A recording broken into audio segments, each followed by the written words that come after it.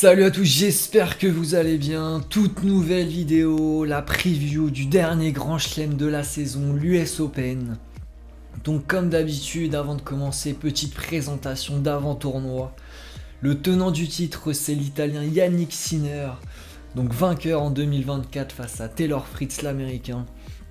La surface dure extérieure, donc une surface avec une vitesse moyenne intermédiaire. Une surface bien plus lente qu'à Cincinnati et Toronto. Les enjeux de ce tournoi. Le premier, c'est le duo Alcaraz-Sinner. Si l'un des deux gagne, ce serait le 8e titre consécutif en Grand Chelem pour le duo Sinner-Alcaraz. Et ça égalerait le Nadal-Djokovic qui se sont partagés les Grands Chelems entre Roland Garros 2018 et l'Open d'Australie 2020.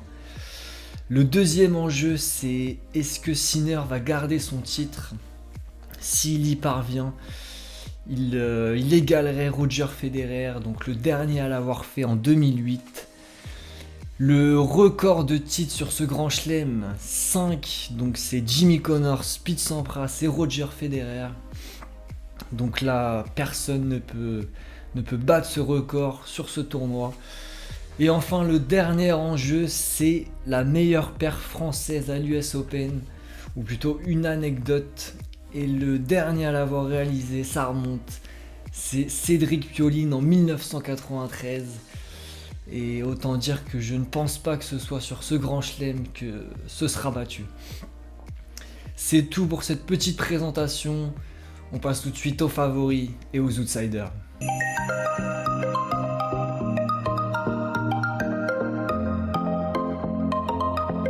C'est parti pour le premier favori, c'est l'Italien Yannick Sinner, numéro 1 mondial et tenant du titre. Donc évidemment, favori numéro 1. Bon, petite alerte sur la finale de Cincinnati. Je pense pas que ça aura une grande incidence sur ce grand chelem. L'Italien va être motivé, en plus on va le voir dans la partie analyse du tableau, mais il a un parcours assez facile jusqu'à la finale. Donc pour moi, il n'y a pas de souci pour l'Italien. Il sera au rendez-vous sur ce tournoi. Deuxième favori, l'Espagnol Carlos Alcaraz. Donc il sort d'une victoire au Masters 1000 de Cincinnati. Et sur ce tournoi, il m'a vraiment impressionné physiquement. Le niveau de jeu, évidemment, il est toujours là. Mais c'est vraiment physiquement, il m'a bluffé. Et je pense qu'il va vraiment performer sur ce tournoi, contrairement à 2023 et 2024 où il était sorti très très tôt.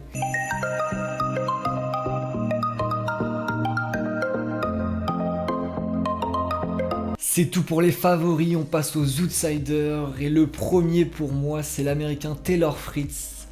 Donc comme je le disais, finaliste l'an passé.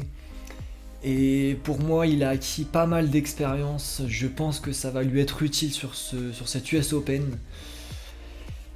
Et je le vois faire un bon tournoi devant son public. Il a très bien joué sur dur, même s'il a eu des défaites un petit peu surprenantes. Il est plutôt en confiance en ce moment. Il joue bien au tennis, donc pour moi, il va faire un bon tournoi. Deuxième outsider, c'est un autre américain, c'est Ben Shelton, qui lui a remporté un Masters 1000, son premier à Toronto, et il est vraiment extrêmement en confiance. Malheureusement, il a perdu contre Zverev à Cincinnati, mais voilà, fatigue physique, diminué physiquement. Je pense qu'il a une vraie chance sur ce tournoi. Faudra voir son parcours.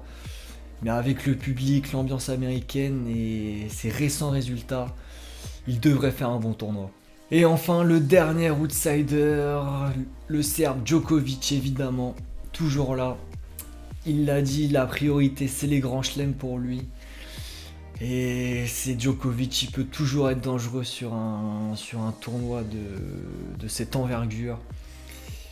Et de toute façon, je pense qu'il faudra voir ses premiers matchs. S'il a un gros niveau de jeu, s'il est motivé, il peut aller chercher quelque chose dans cette US Open. C'est tout pour les favoris et les outsiders. On passe tout de suite aux meilleures chances françaises dans ce tournoi.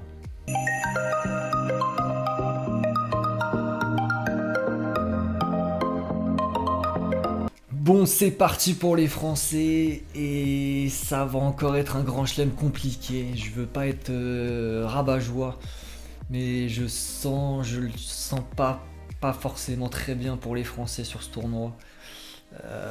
Il y en a énormément, il y en a en quantité, mais pour moi en qualité, c'est encore trop juste. Donc j'ai quand même choisi Hugo Humbert en meilleure chance française. Mais il revient d'une blessure, il a pas trop joué.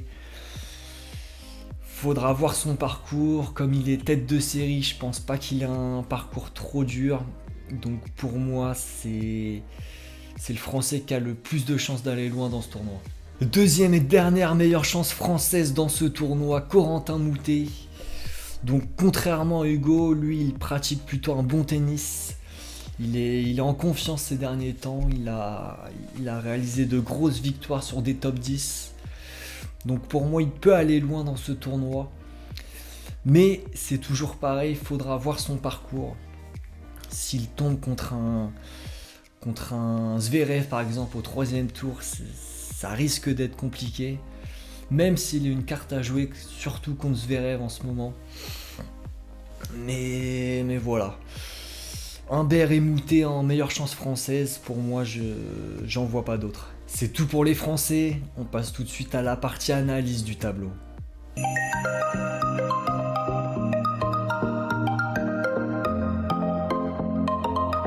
Allez, c'est parti pour l'analyse de cette US Open. Et on commence par la tête de série numéro 1, Jannik Sinner, donc face à Kopriva au premier tour. Ça devrait passer en 3-7 sec, je pense. Plus dur au deuxième tour face à Popyrin, l'Australien.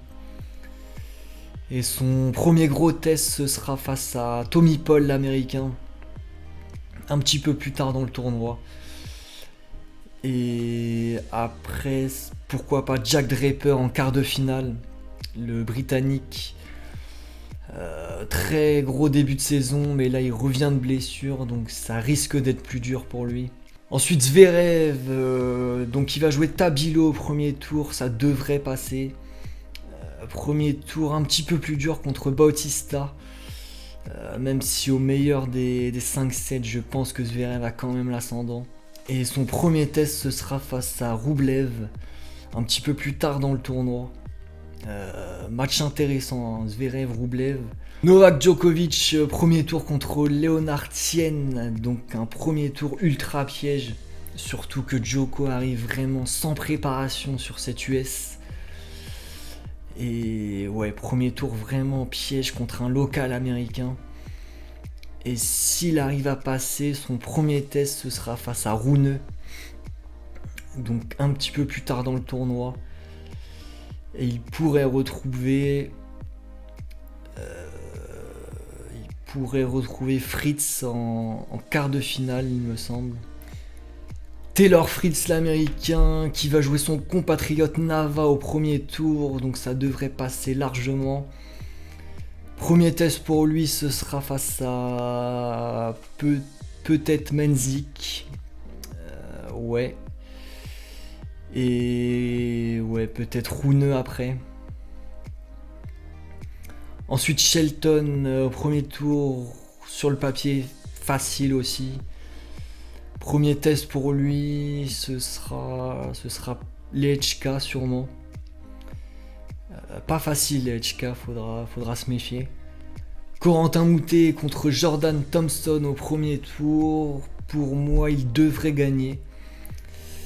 Deuxième tour plus compliqué face à Griekspoor, même si le néerlandais n'est pas au top en ce moment, donc il y a peut-être moyen de passer.